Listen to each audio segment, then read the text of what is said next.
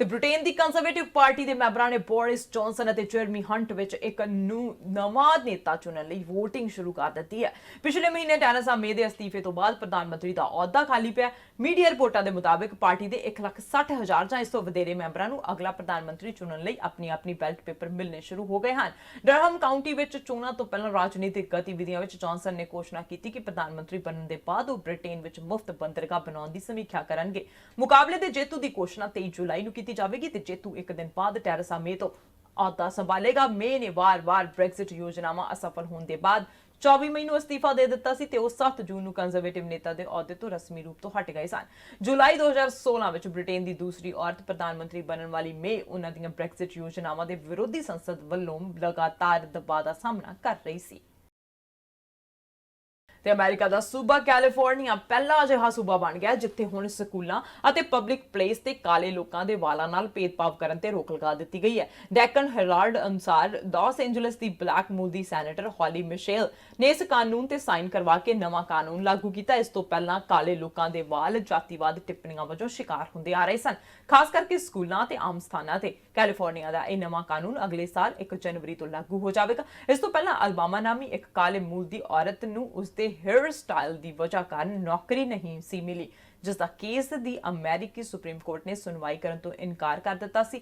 ਉੱਥੇ ਹੀ ਬੀਤੇ ਵਰੇ ਦਸੰਬਰ ਮਹੀਨੇ ਇੱਕ ਕਾਲੇ ਮੂਲ ਦੇ ਰੈਸਲਰ ਨੂੰ ਵੀ ਆਪਣੇ ਵਾਲਾਂ ਕਾਰਨ ਬੇਇੱਜ਼ਤੀ ਝੱਲਣੀ ਪਈ ਸੀ ਜਦੋਂ ਉਸਦੇ ਰੈਫਰੀ ਨੇ ਰੈਸਲਰ ਨੂੰ ਉਸਦੇ ਵਾਲ ਕੱਟਣ ਲਈ ਆਖਿਆ ਸੀ। I have had other jobs where I feel like personally I had to change who I was for the job.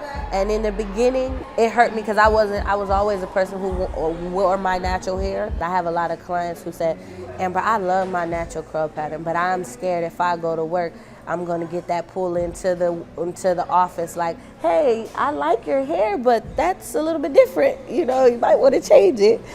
And I have a lot of clients who do work in corporate world, and now they're like, okay, I'm about to wear my natural hair because it's being accepted. Natural hair is hair that is not processed by chemicals, basically, and specifically straightening the hair. Straightening the hair was the most comfortable look that was kind of accepted by the mass, and we're basically the only people who have hair that is different than others. So pretty much everyone else has either straight hair or loosely, like maybe wavy hair. So in order for us to kind of blend in, we had to relax our hair and make it straighter and make it look more like everyone else. I think this law is important because I think a lot of people aren't thinking about it because they have the privilege to not think about it.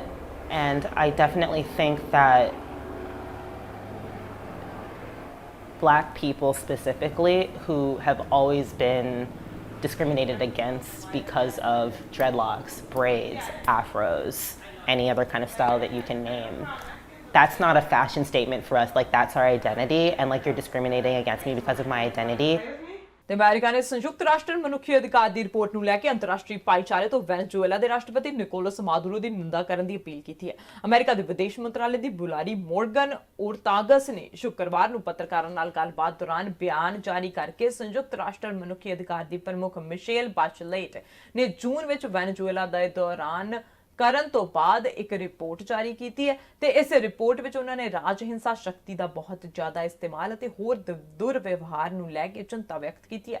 ਔਰਤਗਤ ਨੇ ਆਖਿਆ ਕਿ ਅੰਤਰਰਾਸ਼ਟਰੀ ਭਾਈਚਾਰੇ ਨੂੰ ਗੈਰ ਕਾਨੂੰਨੀ ਮਾਦਰੂ ਸਰਕਾਰ ਦੀ ਨਿੰਦਾ ਕਰਨੀ ਚਾਹੀਦੀ ਹੈ ਅਤੇ ਮਨੁੱਖੀ ਅਧਿਕਾਰਾਂ ਦੇ ਉਲੰਘਣ ਅਤੇ ਮਾਦਰੂ ਸਰਕਾਰ ਦੇ ਖਾਤਮੇ ਲਈ ਇਕਜੁੱਟ ਹੋਣਾ ਚਾਹੀਦਾ ਹੈ। ਜ਼ਿਕਰਯੋਗ ਹੈ ਕਿ ਸੰਯੁਕਤ ਰਾਸ਼ਟਰ ਮੁਤਾਬਿਕ ਵੈਨਜ਼ੂਏਲਾ ਸਰਕਾਰ ਨੇ ਸਾਲ 2018 ਵਿੱਚ 5200 ਤੋਂ ਜ਼ਿਆਦਾ ਲੋਕਾਂ ਦੀ ਹੱਤਿਆ ਦੀ ਜਾਣਕਾਰੀ ਦਿੱਤੀ ਅਤੇ ਇਸ ਸਾਲ ਜਨਵਰੀ ਤੋਂ ਮਈ ਤੱਕ ਇੱਥੇ ਵਿਸ਼ੇਸ਼ ਕਾਰਵਾਈ ਬਲਾਂ ਵੱਲੋਂ ਚਲਵਾਏ ਗਏ ਅਭਿਆਨਾਂ ਵਿੱਚ 1569 ਲੋਕ ਮਾਰੇ ਗਏ ਸਨ। ਸੰਯੁਕਤ ਰਾਸ਼ਟਰ ਮਨੁੱਖੀ ਅਧਿਕਾਰਾਂ ਦੇ ਮੁਖੀ ਨੂੰ ਉਮੀਦ ਹੈ ਕਿ ਵੈਨਜ਼ੂਏਲਾ ਦੇ ਅਧਿਕਾਰੀ ਉਲੰਘਣਾਂ ਨੂੰ ਦੂਰ ਕਰਨ ਲਈ ਤਿਆਰੀ ਕਰਨਗੇ। Human rights officers also made 9 visits to interview Venezuelan refugees and migrants in Argentina, Brazil, Chile, Colombia, Ecuador, Mexico, Peru and Spain. Additionally, I was able to visit Caracas 2 weeks ago, the first official mission by a High Commissioner for Human Rights. I met with President Nicolas Maduro and several government ministers and officials.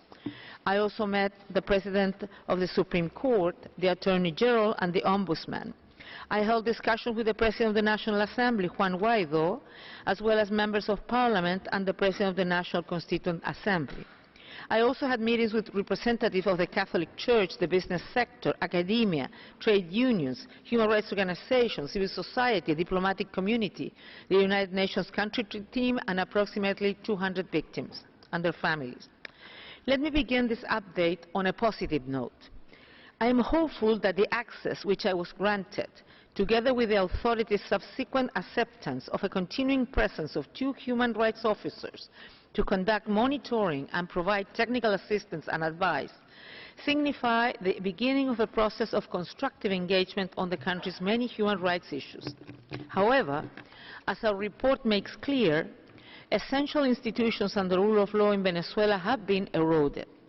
The exercise of freedom of opinion, expression, association, and assembly, and the right to participate in public life entails a risk of reprisals and repression. Our report notes attacks against actual or perceived political opponents and human rights defenders, ranging from threats and smear campaigns to arbitrary detention, torture and ill treatment, sexual violence, killings and enforced disappearance. Excessive and little force has repeatedly been used against protesters. My office has also documented excessive use of force in the context of security operations by the Special Action Forces, with multiple killings mainly of young men. Many could constitute extrajudicial killings and should be fully investigated, with accountability of perpetrators and guarantees of non-recurrence.